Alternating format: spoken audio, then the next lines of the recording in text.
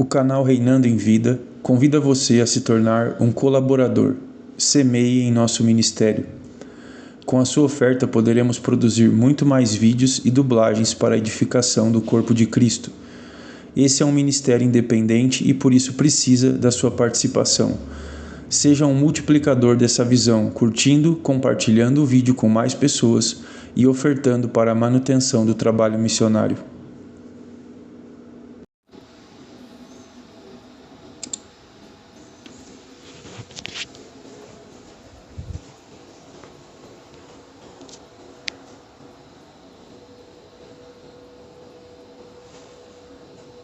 Ok, vamos começar, vamos direto para o manual.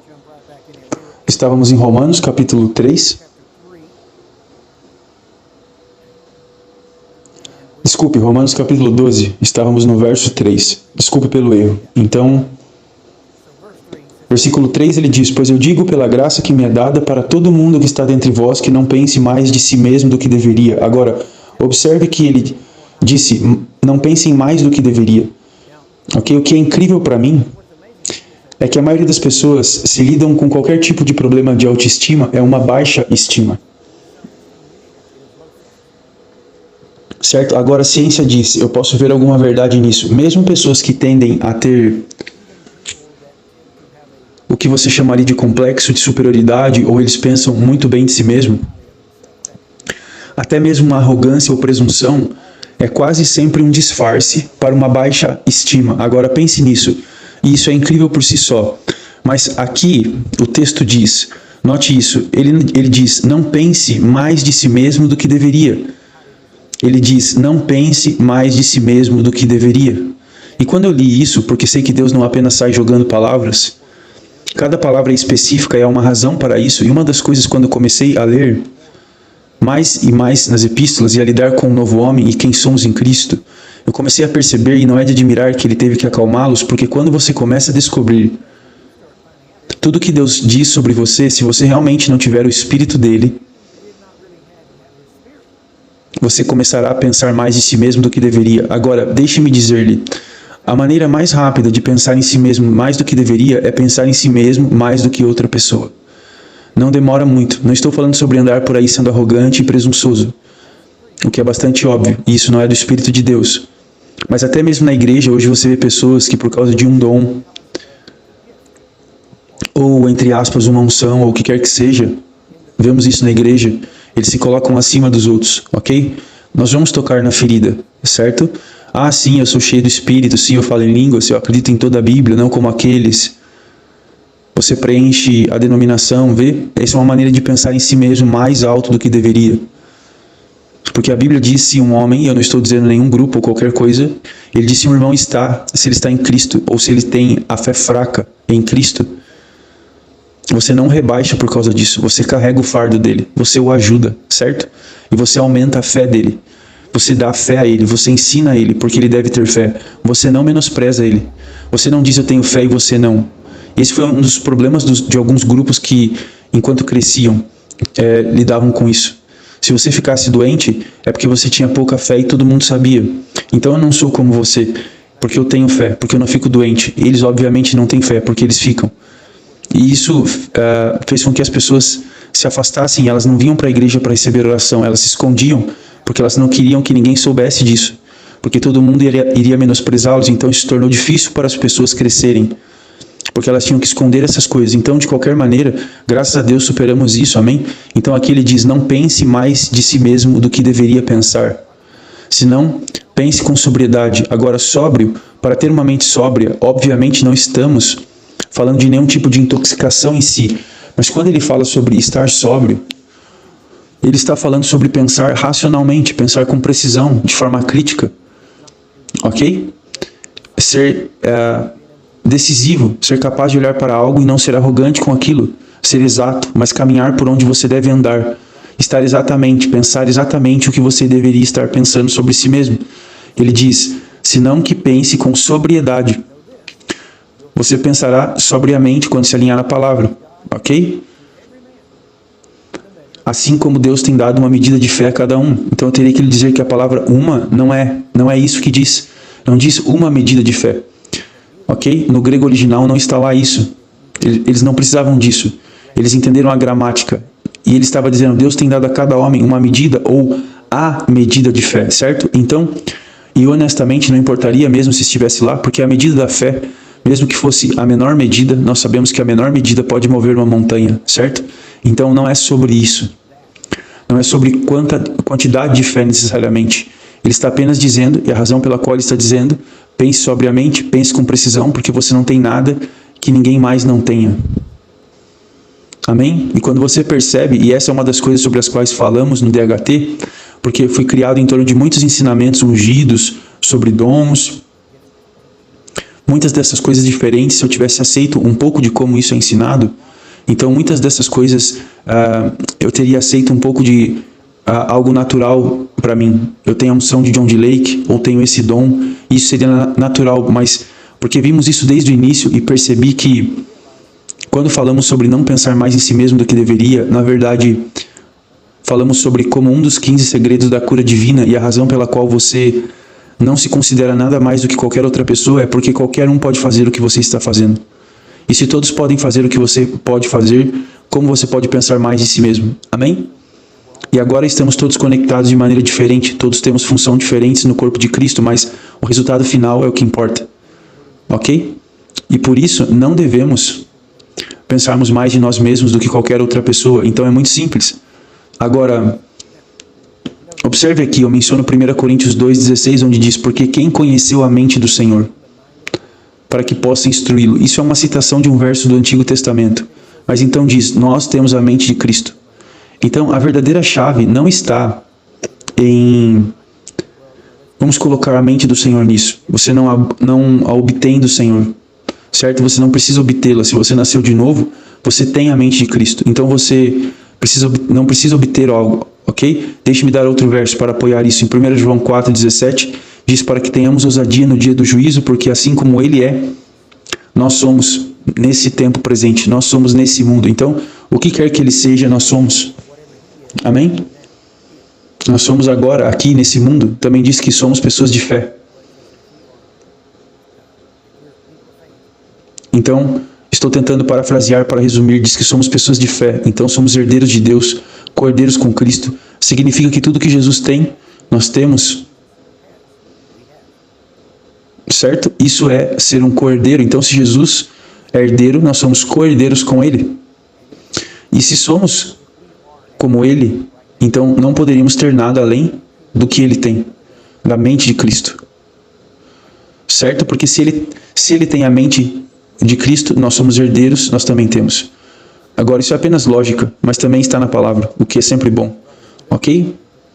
Você pode juntar os dois. Então agora observe aqui, vamos examinar muitos fatos sobre a mente do homem, vamos observar a função da mente e especialmente espero que durante esse tempo eu seja capaz de delinear ou definir com mais precisão o funcionamento da mente humana e o funcionamento da mente de Cristo. Mas também porque temos que diferenciar, há muitas coisas aqui que temos que ver, provavelmente vou usar o quadro branco, apenas para desenhar algumas coisas para que você possa escrevê-las. Temos que lembrar, quando Adão foi criado, ele era inteligente o suficiente para ser capaz de nomear todos os animais, certo? Então ele nomeou, porque Deus disse a ele, como você o chamar, é assim que eles vão ser chamados. Ele não disse chame-os assim. Adão não estava lá dizendo, como você quer chamar esse? Não foi assim. Seja o que for, quando eles aparecerem, ele olhava e dava um nome. E seja o que for, é o que seria. Certo? Não faça disso uma doutrina. A salvação não depende disso. Mas eu pessoalmente acredito que o que Adão chamou é o que eles são chamados hoje em espécie, gênero e subgênero. Tudo isso eu acredito que seja mais do que apenas isso é um leão, isso é um tigre. Eu acredito que ele realmente chamou isso porque o que chamamos de tigre ou leão, digamos um leão, o que chamamos de leão, outros países chamam de tigre ou pantera, ou eles têm palavras diferentes. Então, não é o mesmo em todos os lugares, mas quando você olha para o gênero ou a espécie, é a mesma. Não importa em que país você esteja, então, para essas coisas ser chamadas como Adão chamou, tem que ser o nome que é conhecido em toda a humanidade, não apenas em um grupo. Faz sentido para você? Faz sentido para mim. Novamente, não é uma doutrina que eu debateria sobre, mas faz sentido para mim. Então, de qualquer maneira, ok? Mas sobre o que vamos falar? Porque o que estamos vendo, você tem Adão, cuja mente era fenomenal, certo? O que torna ainda mais razoável ele ser tão culpado quando não obedeceu a Deus. Porque a quem muito é dado, muito é cobrado. E se Adão tivesse esse tipo de cérebro, ele deveria ter tido muito bom senso, ok? Então é por isso que a culpa era tão grande. De qualquer maneira, então você tem Adão antes da queda e você tem Adão depois da queda. E foi incrível, porque depois da queda a inteligência do homem começou a diminuir. E de fato, quando eu estava com o Dr. Sunral, uma das coisas que ele apontou foi quando ele foi para países diferentes. Ele foi para o Reino Unido em um ponto, ele foi para o Museu de História Natural, ele tentou fazer isso em todos os lugares que foi, mas acredito que em Londres, no Museu de História Natural, eles têm algumas coisas arqueológicas que mostram como as pessoas viviam em Ur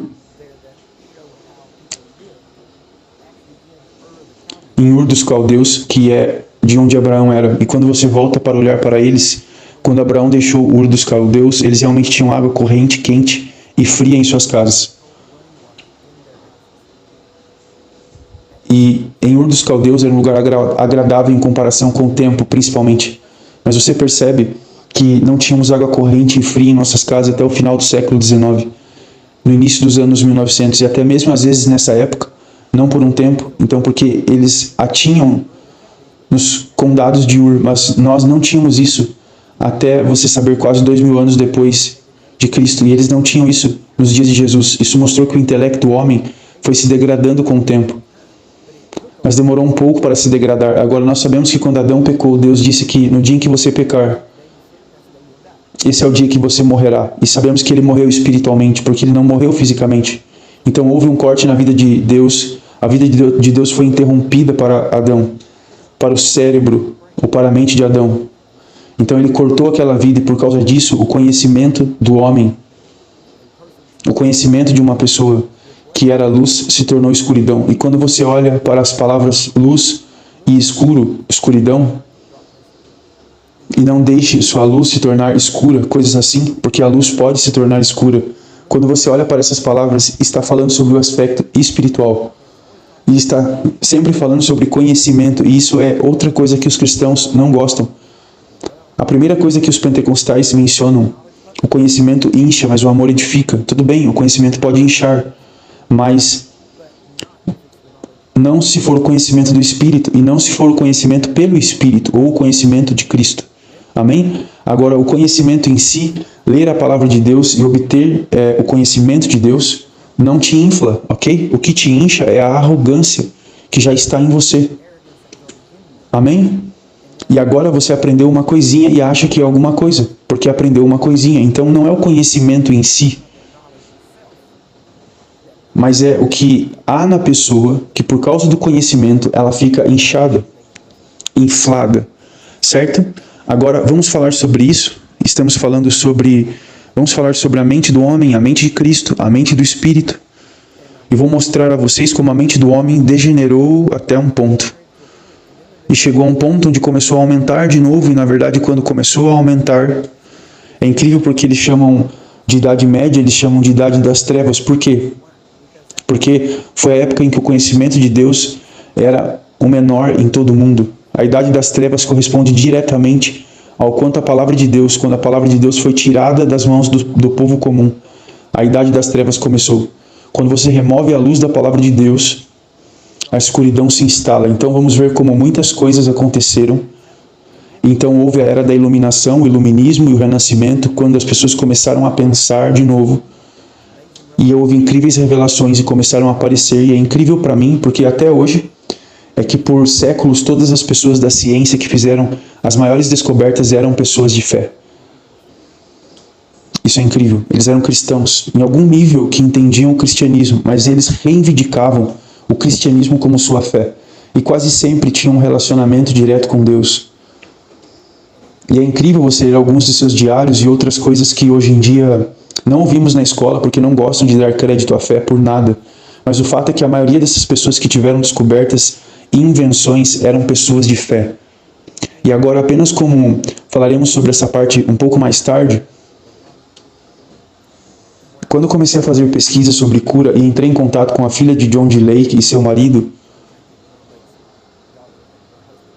e eles me colocaram em contato com um pouco mais de 100 pessoas que estiveram na igreja do Dr. Lake, uma das coisas que mais se destacou para mim e provavelmente chamou minha atenção, em parte disso, foi que eu falava com pessoas em seus 90 anos, às vezes com mais de 90 anos, e quando começamos a conversar, eles eram capazes de me dar datas, lugares, nomes de pessoas, famílias, nomes dos seus filhos, informações incríveis, especialmente atualmente. Alguém nessa idade, então comecei a notar que, depois de algumas vezes, comecei a falar, sabe, é incrível que você se lembre desse lugar, hora, data e todo esse tipo de coisa. Mas então eu também lembro que muitas pessoas não se conseguem lembrar nem de ontem, e há um problema de memória a curto prazo. Então comecei a perguntar a eles algumas outras perguntas e descobri que a memória deles era a mesma ontem, ou 80 anos atrás. Então comecei a perguntar sobre isso. Como é que você se lembra dessas coisas? Como é que você se lembra de nomes, lugares e coisas? Porque eles me diziam que John D. Lake pregava em um determinado dia coisas que estavam acontecendo e eles se lembravam e falavam, mas muito disso tinha a ver com estar ligado a emoções, estava amarrado a coisas diferentes, e isso dá uma base maior para a memória, uma fundação mais forte. Mas o principal é que cada um deles disse, todos disseram exatamente a mesma coisa, disseram que o Dr. Lake costumava dizer para reconhecer o fato de que enquanto ele estava pregando a palavra de Deus é espírito e vida. E se ele fala a palavra de Deus, espírito e vida está entrando em nós. E eles disseram não apenas em nosso corpo para nos curar, mas em nossa alma, e que a palavra de Deus permeia cada célula do nosso cérebro. E portanto a vida de Deus não está apenas no espírito, mas em nosso cérebro, na nossa mente. E por causa disso poderíamos nos lembrar, e eles costumavam usar as escrituras, a memória dos justos é abençoada. E que isso poderia ser interpretado de várias maneiras diferentes, mas a maneira como eles aplicaram foi que eles eram justos e portanto sua memória era abençoada. E eles tinham uma ótima memória, e eu estou dizendo que não encontrei pessoas que tinham a mesma memória daquelas pessoas. Eu acredito firmemente no que o Dr. Lake dizia. Encontrei lugares onde ele mesmo falou sobre isso, sobre o cérebro, e na verdade, aqui está o incrível de novo. Isso ainda é uma espécie de introdução, então eu estou ainda compartilhando dessas coisas com você apenas para mostrar aonde estamos indo. Uma das coisas que eles disseram, estou falando 30, quase 40 ou 30 anos atrás, quando eu estava conversando com essas pessoas, eles disseram, Dr. Lake disse que quando ele falava essas palavras, elas eram espírito e vida. Então, conforme nos conectamos, eles não usaram esse termo exato, eu mesmo estou usando alguns desses termos, mas era como se sempre eles estivessem ouvindo o Espírito, e se eles estavam ouvindo o Espírito, havia um fluir constante de vida e informação, não apenas pelo que ele estava dizendo, mas se ele estava dizendo pelo Espírito de Deus, então esse fluir era pelo Espírito de Deus, não apenas pelo que John D. Lake estava dizendo. Deixe-me dar um exemplo. John D. Lake pode dizer 10 palavras. Nessas 10 palavras, o Espírito Santo diz 100 palavras. Você viu o que eu estou dizendo? Agora, não muito tempo atrás, quando comecei a olhar para a renovação da mente, comecei a perceber que o que acontecia é que quando falamos sobre o Espírito de Deus, também falamos sobre a mente do Espírito. Então o Espírito tem uma mente. E se estamos conectados ao Espírito de Deus, estamos conectados à mente de Cristo, que é a mente do Espírito. Agora pense sobre isso. Não que nunca nos desligamos de Deus, mas digamos que você foi criado na igreja, não nasceu de novo. Seu espírito está morto por causa do pecado. Você não tem a vida de Deus em você, mas você tem o Espírito, porque sabemos que é o Espírito e a palavra falada que permite que uma pessoa acredite e mude. Então, eles entregam seu coração a Cristo, então eles ficam conectados a Deus, e tudo que eu acabei de dizer fez sentido. Então, observe, digamos que eles foram conectados a Deus antes de nascerem de novo. Eles podem ouvir a palavra de Deus, eles podem até entender, devo fazer isso, devo viver assim, devo tratar meu próximo como a mim mesmo, devo fazer o bem aos outros. Eles podem saber, mesmo não nascidos de novo, eles podem saber e saber o que é certo. E até certo ponto eles podem tentar viver isso, mas sempre falharão. Mas eles podem tentar viver isso, certo? Eles sabem que devem, eles sabem que podem tentar e podem ter sucesso em alguma parte. Ok? Mas agora pense nisso, eles que não estão nem mesmo conectados ao Espírito,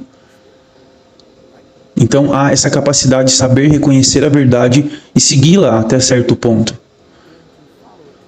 Ok? Mas ainda assim, se o espírito deles não for mudado, se a natureza básica deles não for mudada, eles constantemente estarão destituídos da glória de Deus, amém? Tudo bem até aqui? Agora, imagine isso. Imagine quando eles forem conectados a Deus, nascerem de novo. Agora Jesus disse que Ele é a videira e nós somos os ramos. Pense sobre isso. Se Jesus é a videira cresce. Certo? Ela cresce. Há galhos da videira. E a razão pela qual temos vida é porque estamos conectados à videira. E a mesma vida fluindo na videira flui nos ramos. Ok? Certo? Agora leve isso da agricultura e jardinagem para a ciência. Qual seria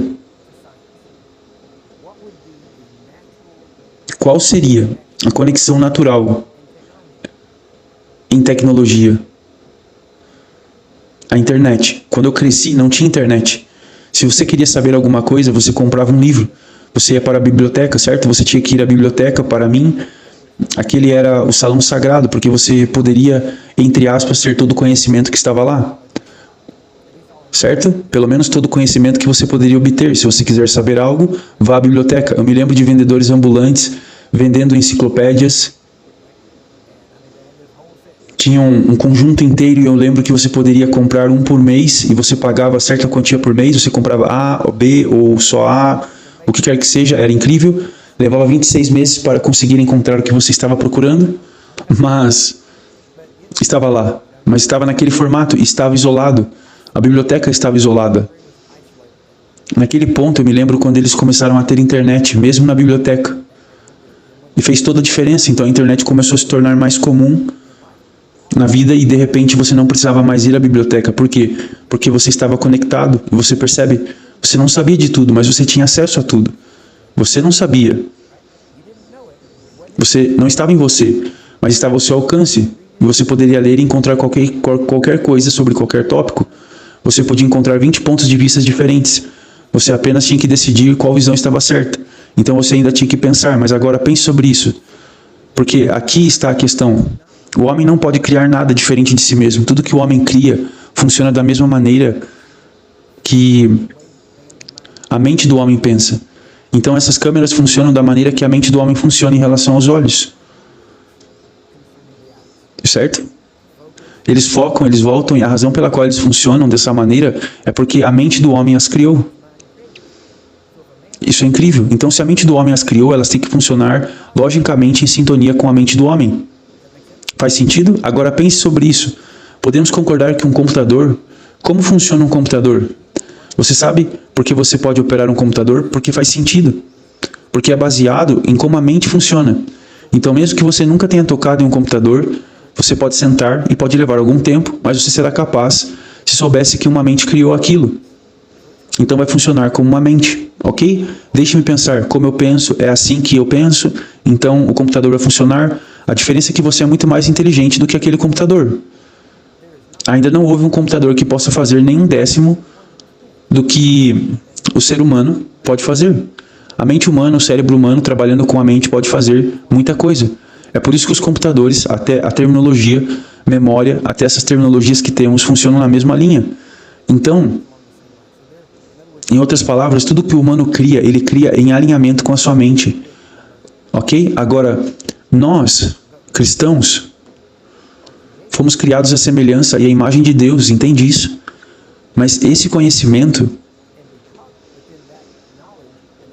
e essa conexão foi perdida. Agora, quando nascemos de novo, somos reconectados, somos conectados novamente.